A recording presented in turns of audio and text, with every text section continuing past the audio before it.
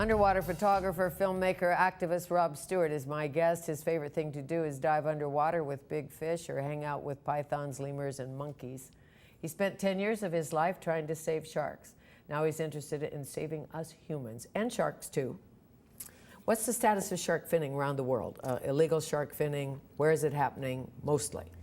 When we released Shark Water, there were 16 countries that had banned shark finning. Now there's more than 100 countries that have banned shark finning, and at least 25 territories that have banned the ownership, possession of shark fins, including a lot in Canada, which has happened quite recently. And the Chinese government came out and said they won't serve shark fin soup at any government functions. Really? So some progress is being made, absolutely. That's a big step. Big step, yeah. But China's still giving money, I understand, to Costa Rica. Is most of it, where is most of it happening, the finning? Finning's happening in every country with a coastline. Wherever there are sharks, there are people finning, even despite it being illegal in most countries in the world right now.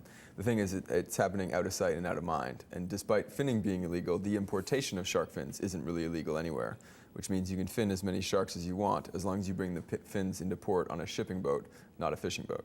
Really? So they can get around it. Big and loophole. how much a pound? $400 a pound. $400 a pound. Depending on what species. If it's endangered, you're going to get even more for that species. So we're killing animals for a bowl of soup. We're killing animals for a bowl of soup. Essentially. And studies in China have shown that 75% of consumers don't know shark fin soup has shark in it because the translation is fish wing soup. And they're eating it because it's a status symbol, not because they want to necessarily be consuming shark.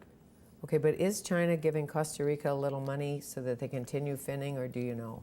Or is that an urban myth? You can't really say it's China that's doing this. There's organized crime all over the world that is doing this because it is on the black market right now. Finning sharks is illegal in most countries with a coastline, but the fins are worth so much money. It's a multi-billion-dollar a year industry, and so you're going to get the black market moving this stuff around. And to discover illegal operations on land, like drying, because they bring them home and dry them. Is that how it works? Mm-hmm. Yeah, the fins are dried. In Costa Rica, we found illegal mafia-run warehouses drying fins on the roofs of these buildings. And that shouldn't be happening in a country that had banned shark finning. I guess. How far away are we? I know Sir Richard Branson is on board with you. Mm-hmm. Yep, he's been a champion of the shark cause and working with the organization called Wild Aid, along with Yao Ming, to try to promote China and the whole world going fin-free. Any idea when? I think we're close. How long? I think we're close. I think there'll be a tipping point in the next year or two where the whole world, and particularly China, bans shark fin. And there's a petition right now on the Humane Society of Canada's website because there's an importation ban on sharks in Canada, which would effectively ban shark fins across the country. And that's getting tabled sometime around February. Consumer clout, as you know, has always worked. Boycotts. We stop sipping shark fin soup. Everybody does in the world. What else are fins supposed to do for you? Not really anything. No, it's just the status mostly and the price of it. It was originally considered to be a dish reserved for emperors, and then when China began wide-scale trade with the rest of the world and the middle class started booming, people started enjoying trade, and then all of a sudden everyone could get shark fin soup. And because it's expensive, it's served at weddings, banquets, and business dinners. So back to us and you and saving us. How bad is it? Acidification of the oceans warming, coral reefs. What is a coral? A coral is a pretty phenomenal combination of an animal and a plant. So a coral is a tiny little animal that has no brain, but within that animal live plants, and the animal actually harvests these plants inside it. So the plants use photosynthesis, giving the animal sugar, and the little animal builds skeletons out of limestone. And together, millions of these coral polyps end up building coral reefs, the largest living things on Earth. And so coral reefs are around 400 or 500 million years old and essentially create structures in the oceans that house 25% of the world's species. And they're disappearing because? Coral reefs are disappearing for a number of reasons. One being the fact that the oceans are warming up is causing corals to bleach. But the biggest, most potentially devastating threat to corals is ocean acidification. Most of the carbon dioxide we put into the ocean, into the atmosphere, gets absorbed by the oceans, making the oceans 30% more acidic than they were 100 years ago. And in a more acidic environment, animals that build skeletons can no longer form. So they actually predict coral reefs will literally start dissolving around 2070. And around the world right now, we've lost somewhere between a third and two-thirds of the world's corals. 38% of the Great Barrier Reef's coral cover has gone in 25 years, and 90% of the coral reefs in the Caribbean are gone. So rather than getting totally depressed about all of that, the disappearing reefs, the warming oceans, the glaciers melting, the planet warming. Where is there hope? I think there's a lot of hope. Shark water, for one, taught us that people will react to education. Once people are made aware of these issues, they'll do different things. And I really think changing the world isn't that difficult. We just haven't really tried yet. And it was kid-led movements around the world that ended up getting shark fin banned in a dozen countries. So if kids can do it, if grade 6s can do it, then I think we can do it. We just don't really know what's going on. Like every revolution we've had in the past, be it bringing cultural, racial, or gender equality, everybody knew we needed equality. But right now, only a fraction of the planet knows, the environmental woes that are going on, knows about our individual actions and those of governments and corporations. Of course, and there are deniers, as you know. Not happening, don't worry about it. You can deny something like climate change, sure, and that a fraction of the planet denies that, despite 98% of the scientists being on board. But you can't really deny something like ocean acidification or overconsumption. 75% of the world's forests are gone. So it's a lot bigger than climate change. You've got that right. Now, back to ways we try and save fish and save things. Catch and release, for instance. If you catch a big fish, a small fish, and throw it back into the ocean that's been on a boat, do they live? Do their livers blow up? What happens? Well, do we know?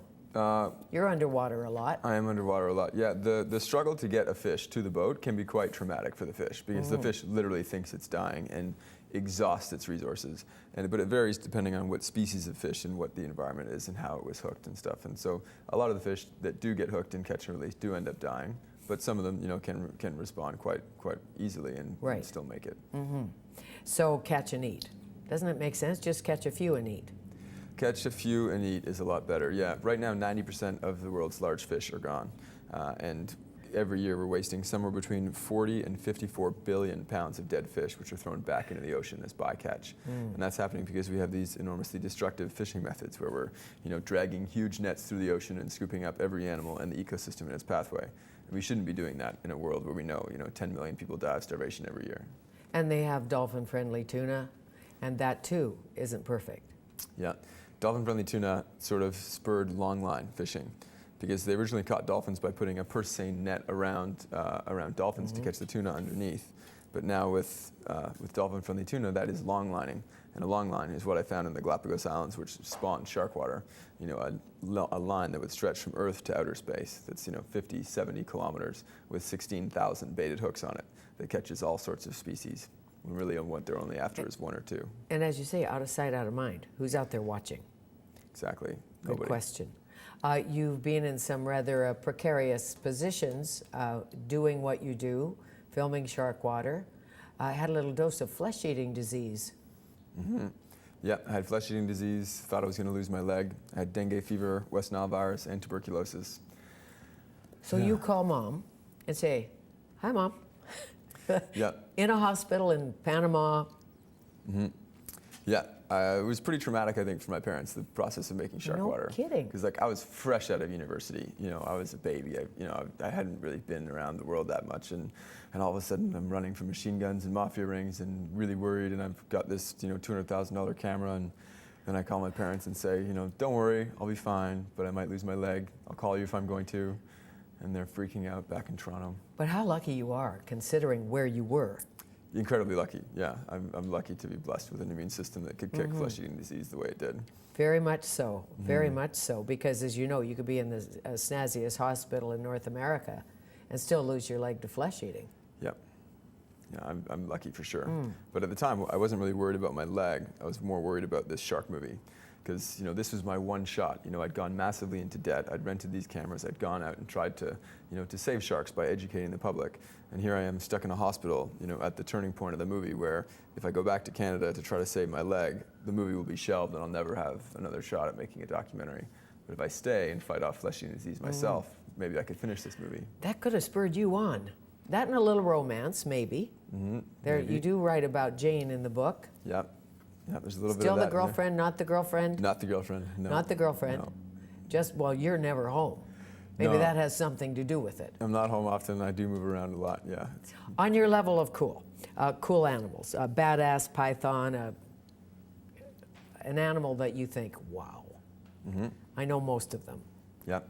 So a black mamba, Yeah. a cuttlefish. A black mamba, a cuttlefish. There's a scene in our new movie, Revolution, with a flamboyant cuttlefish. The flamboyant cuttlefish is about that big.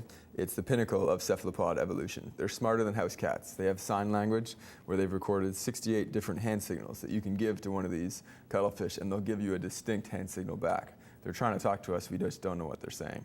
And they use their bodies as banners for their emotions. They can see polarized light. They're incredible little creatures. And you call them flambos? Flambos, yeah. Flambos, the vernacular. Exactly. How cool. But I know you picked up a black mamba once and the Swahili broke out. Where were you? In Kenya? Yep. Finishing university in Kenya, taking a herpetology class. Gee. Yeah, our sort of goal was to go out and catch things and take pictures of things in the wild, and I caught a black mamba and brought it back to camp. Great. Not knowing it was a black mamba, really. And the natives were restless. Yeah, people freaked in a out. big way. Yeah. So, Revolution, can't wait. I know it'll be great. Shark water seen around the world still having an impact. Save the Humans next. Thank you. Thank you so much. Nice to meet you. Nice to meet you. Rob Stewart, filmmaker, photographer. You went to Western, right? The party school. I certainly did. Well, you got out of that. Barely. Remember, you can join me on Twitter at Fanny Kiefer or catch our conversations on YouTube. There will be many more adventurous, thought-provoking guests to come. Till then, thanks for watching Shaw TV and being with me today.